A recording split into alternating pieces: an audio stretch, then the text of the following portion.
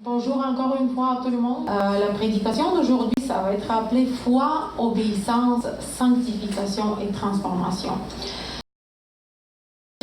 Qui m'ont personnellement touché, qui font partie de l'esprit de la prophétie dont j'aimerais partager avec vous. Il y a beaucoup de textes bibliques aussi, donc ça ne va pas provenir cette fois-ci de moi directement, mais ça va être vraiment des livres de Ellen White et de la parole de Dieu aussi. Pour qu'on puisse, surtout dans ces derniers jours de l'histoire humaine, on parle beaucoup vu qu'on est vraiment devant la venue du Seigneur, puis on sait que la venue du Seigneur est très très proche. La Bible nous parle de ça. C'est pas seulement notre foi, mais aussi les événements qui se déroulent dans le monde entier. Toutes les sortes de cataclysmes qui se passent présentement partout sur la terre, ça nous dit que bientôt Jésus va revenir, n'est-ce pas? Et on le croit fermement, nous tous. C'est pour ça qu'on est ici, pour partager cette bonne nouvelle. Nous, on la sait, mais nous, on veut la partager avec les autres qui ne savent pas encore cela. Mais pour arriver à ce moment-là, nous savons qu'il y a des choses qui doivent se produire avant cette venue du Seigneur. Et c'est quoi? Il faut mettre notre cœur prêt pour cette rencontre. Donc, nous devons être transformés, mais pour être transformés, il faut avoir quoi avant? Il faut avoir la foi qui va nous amener à avoir l'obéissance à la parole de Dieu. Après, si on a ces deux choses-là, ça va nous ramener à avoir la sanctification de notre vie personnelle.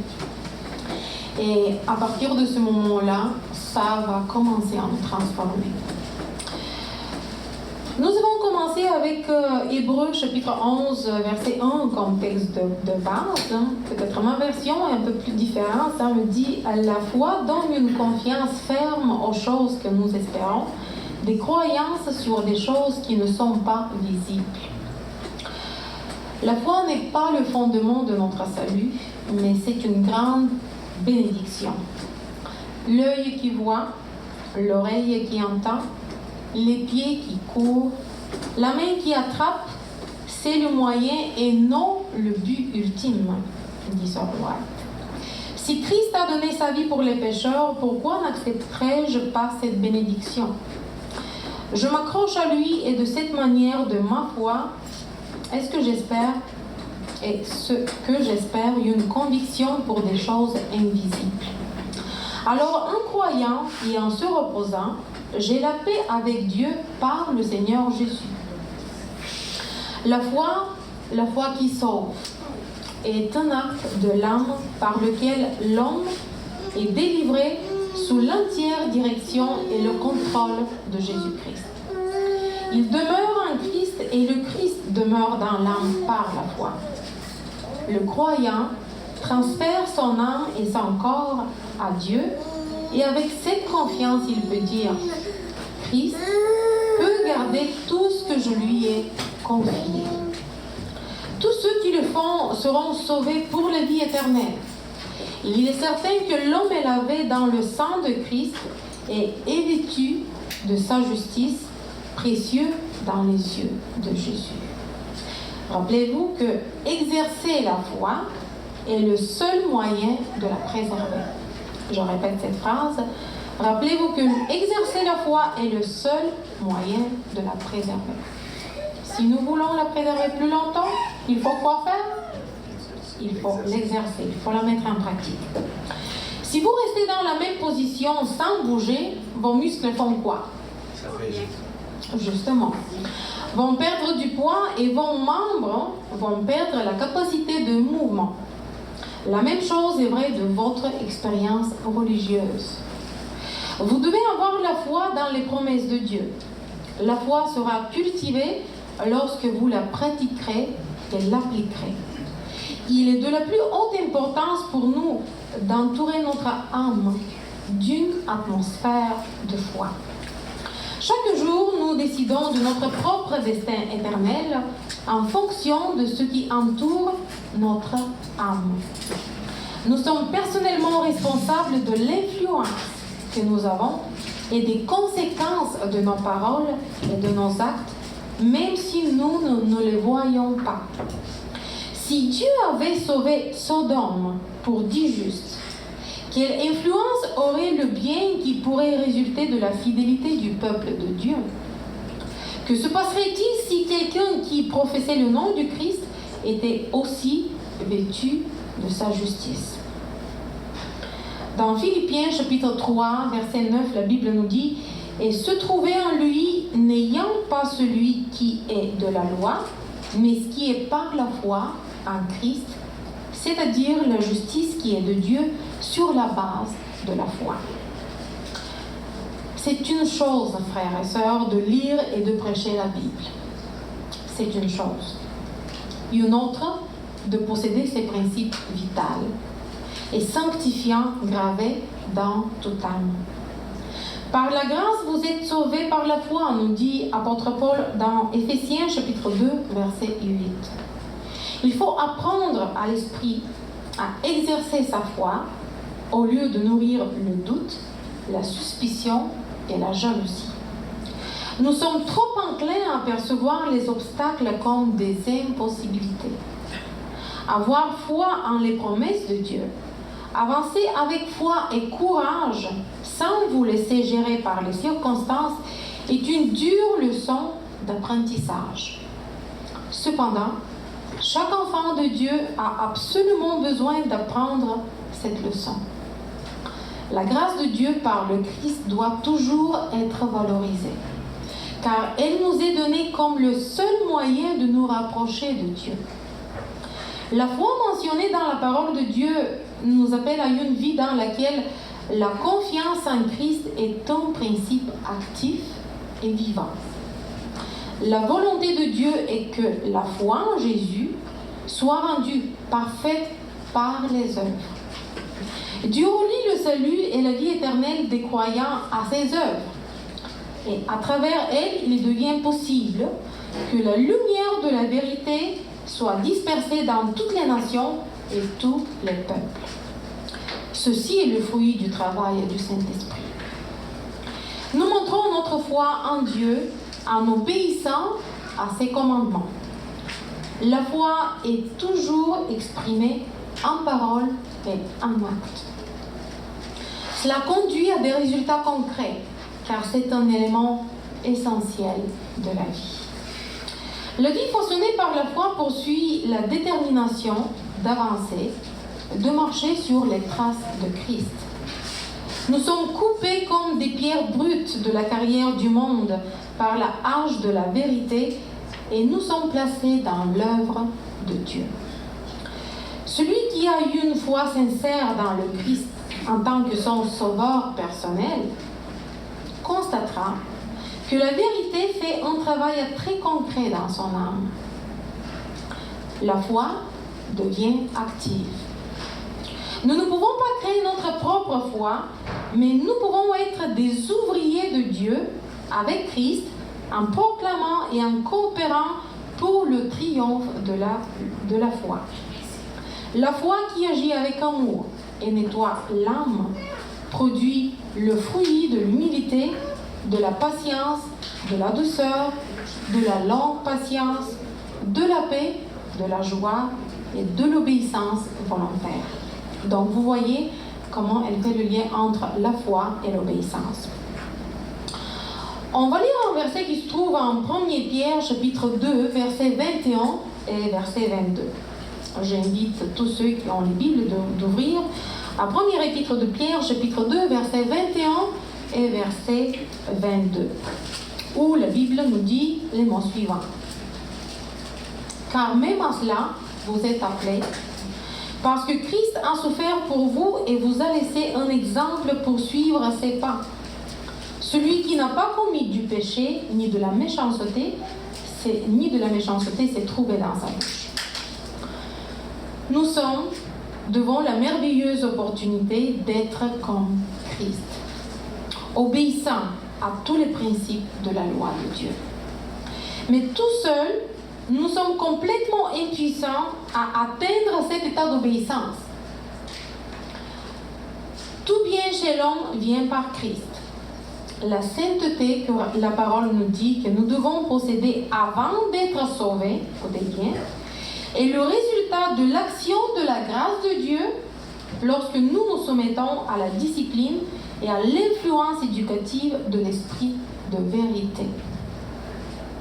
L'obéissance de l'homme ne peut être parfaite que par l'huile sacrée de la justice de Christ, qui emplit d'un parfum céleste tout acte de vraie obéissance. Le rôle du chrétien est de persévérer pour surmonter chaque péché. Je répète cela. Le rôle du chrétien est de persévérer pour surmonter chaque péché. Donc, si quelqu'un dit que nous, en tant qu'humains, on n'a pas de part à faire, il se trompe. On a quelque chose à faire avec l'aide de Jésus, bien sûr. De prier continuellement le Sauveur, de guérir les imperfections de son âme malade. Il n'a ni sagesse ni pouvoir avec lesquels il ne peut que gagner. Ça, c'est le chrétien. Ils viennent du Seigneur et il les donne à ceux qui, avec humilité et douceur, veulent son aide. Le passage du péché à la sainteté est un processus constant. Ce n'est pas juste temporaire, c'est un processus constant. Jour après jour, Dieu œuvre pour la sanctification de l'homme et il doit coopérer avec lui en s'efforçant d'éduquer les bonnes habitudes.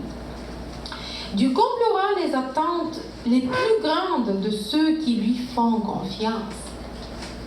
Il désire nous rappeler que lorsque nous sommes humbles et obéissants, nous nous tenons là où il se montrera pour nous. C'est quoi la condition pour qu'il puisse nous montrer en nous d'être quoi? D'être humble et d'être obéissant. Il prend plaisir lorsque nous soulignons les miséricordes et les bénédictions du passé comme une raison pour laquelle il nous en donne de plus grandes encore.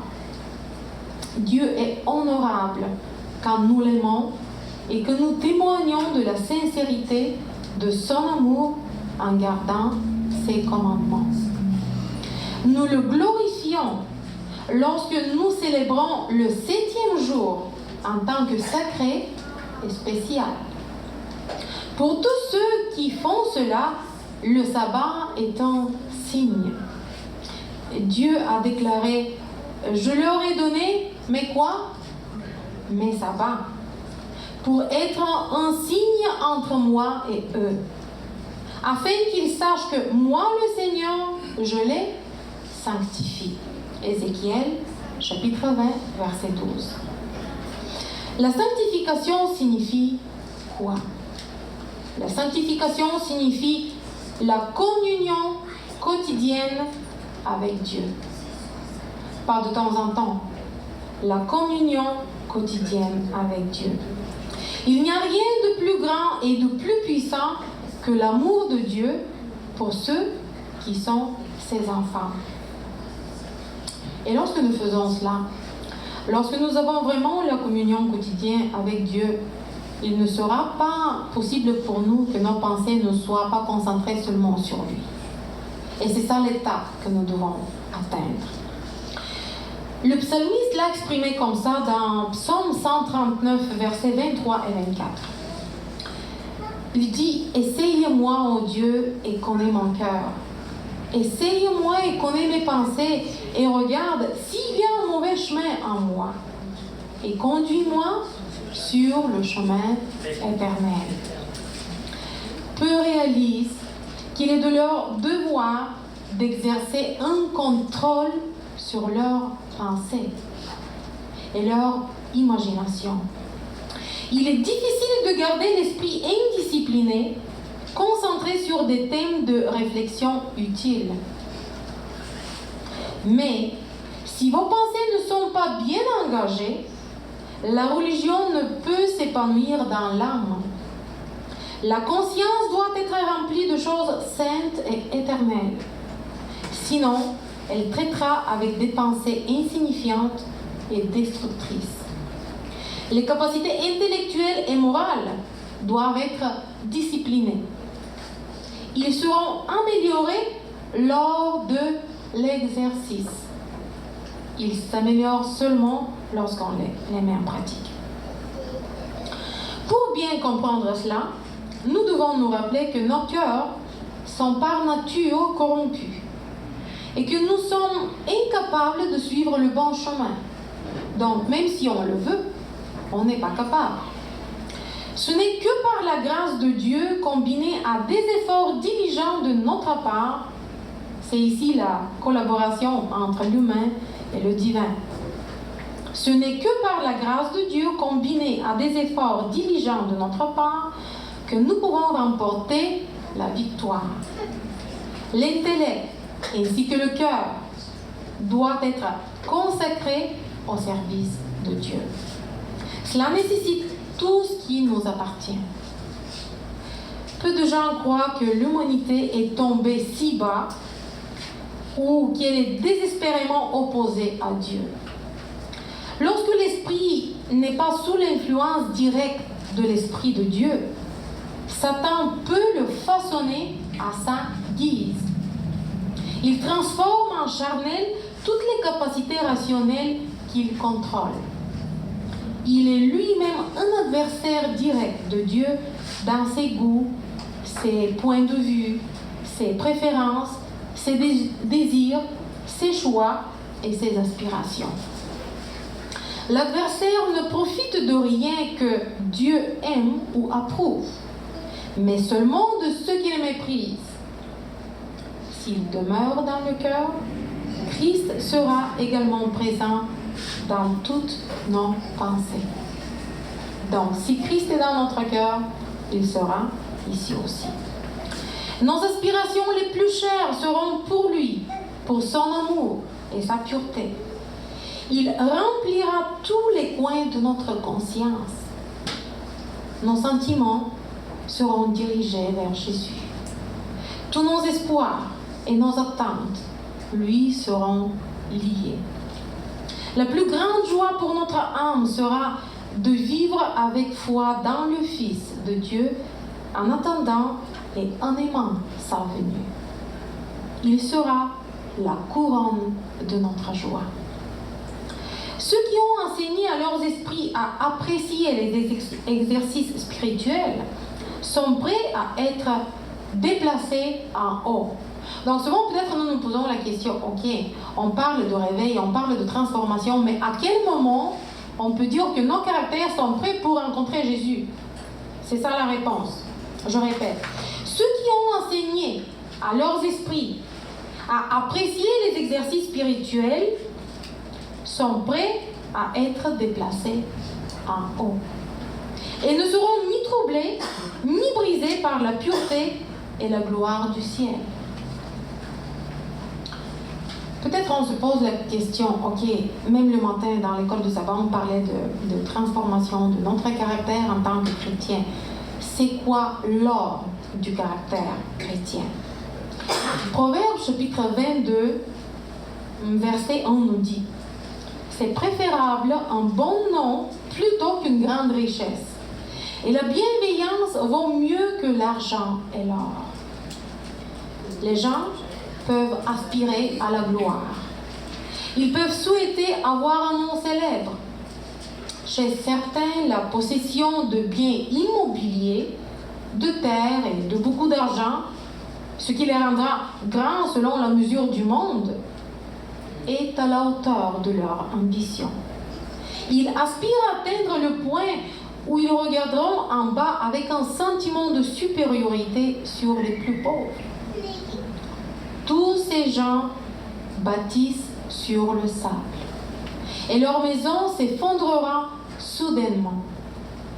La supériorité de la situation n'est pas une vraie gloire. Quelque chose qui n'augmente pas la valeur de l'âme n'a pas de prix réel en soi. Ce qui mérite d'être atteint, c'est la grandeur de l'âme aux yeux du ciel. La vraie nature de vos actes peut ne pas vous être connue. Votre valeur en tant que personne ne peut être mesurée qu'en fonction de la valeur de celui qui a donné sa vie pour sauver tous ceux qui le reçoivent. Donc, votre valeur, mes chers amis et mes chers frères et sœurs, est mesurée avec la mort de Jésus sur la croix. Parce que même si vous étiez tout seul sur la terre, il aurait de faire pareil.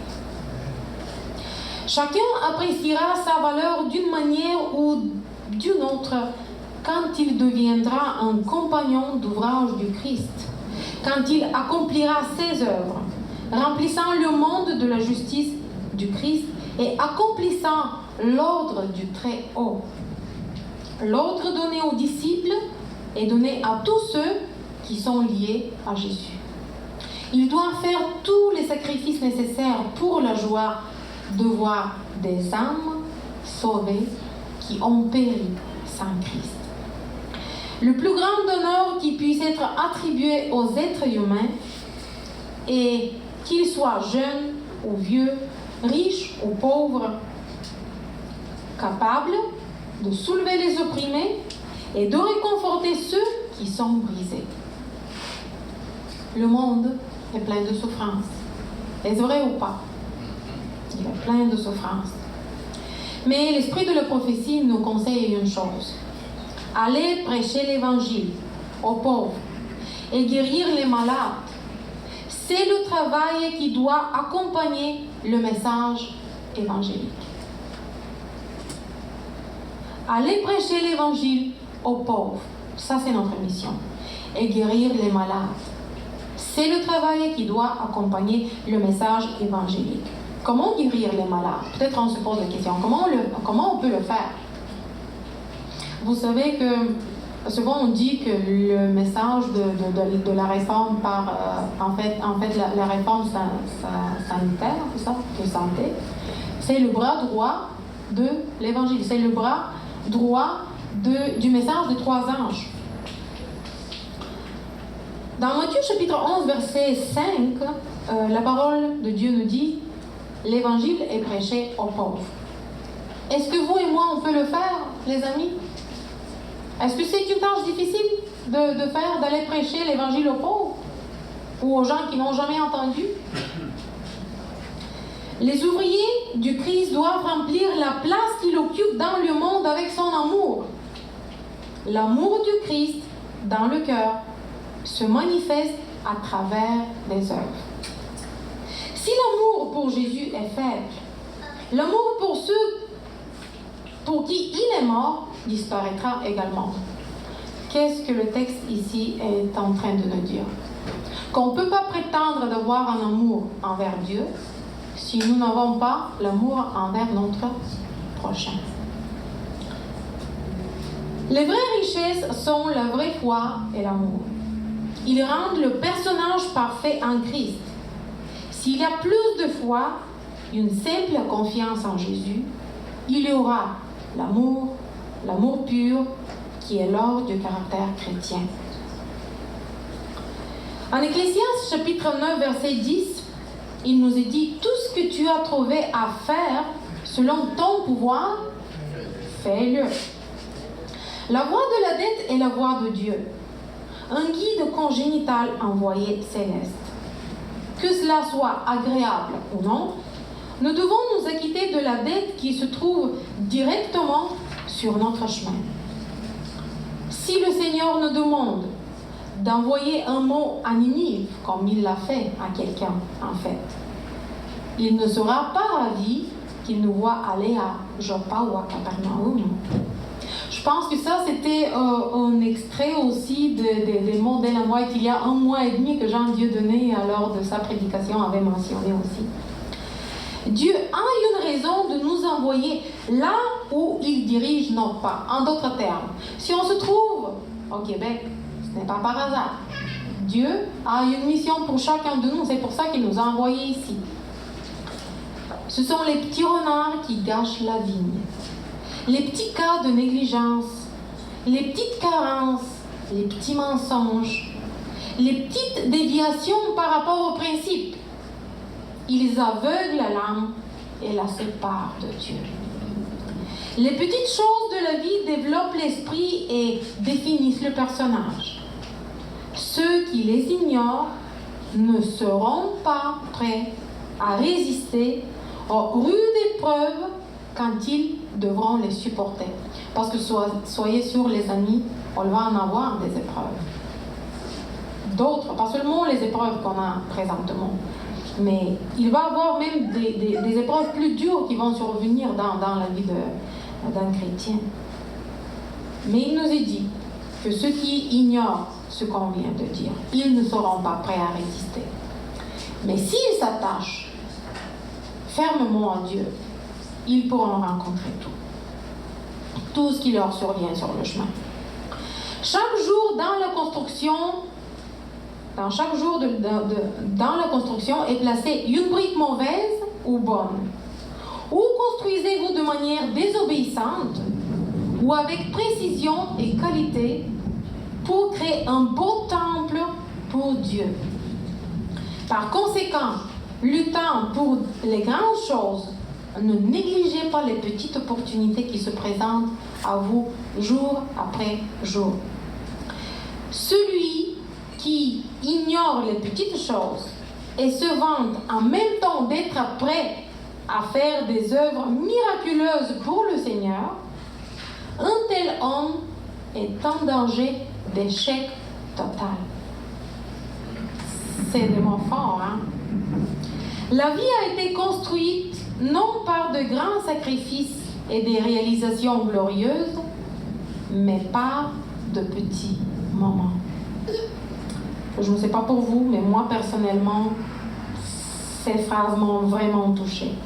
La vie a été construite non par de grands sacrifices et des réalisations glorieuses, mais par de petits moments.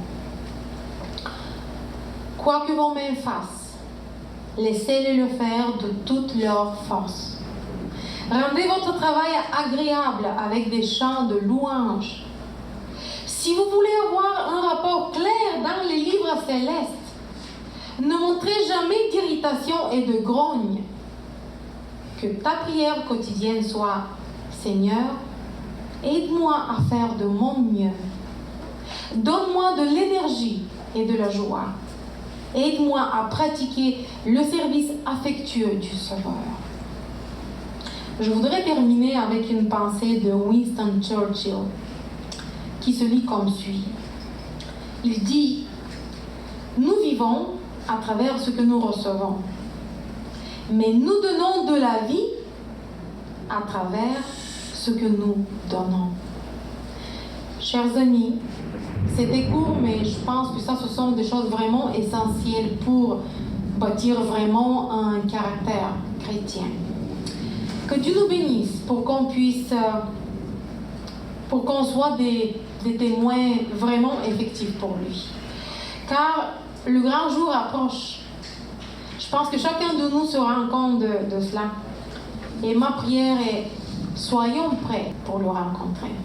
C'est ça. Merci Seigneur pour le fait que tu nous parles encore une fois cet après-midi. Aide-nous de pouvoir nous abandonner entièrement entre tes mains pour que tu puisses façonner notre vie comme tu veux, Seigneur, pour qu'on soit des êtres saints et des êtres préparés pour ta glorieuse venue qui sera très très bientôt. Aide-nous, Seigneur, de pouvoir bâtir vraiment, pas sur le sable, mais sur toi, sur la roche, Seigneur. Et peu importe les épreuves qui vont survenir sur notre chemin, qu'on soit vraiment attachés, accrochés pour toi, pour toujours. Nous te demandons de nous bénir pendant la semaine qui s'en vient, soit avec nos familles, soit avec tous ceux qui n'ont pas pu venir cet après-midi, soit avec les souffrants de l'Église aussi, soit avec ton monde qui est partout sur la terre.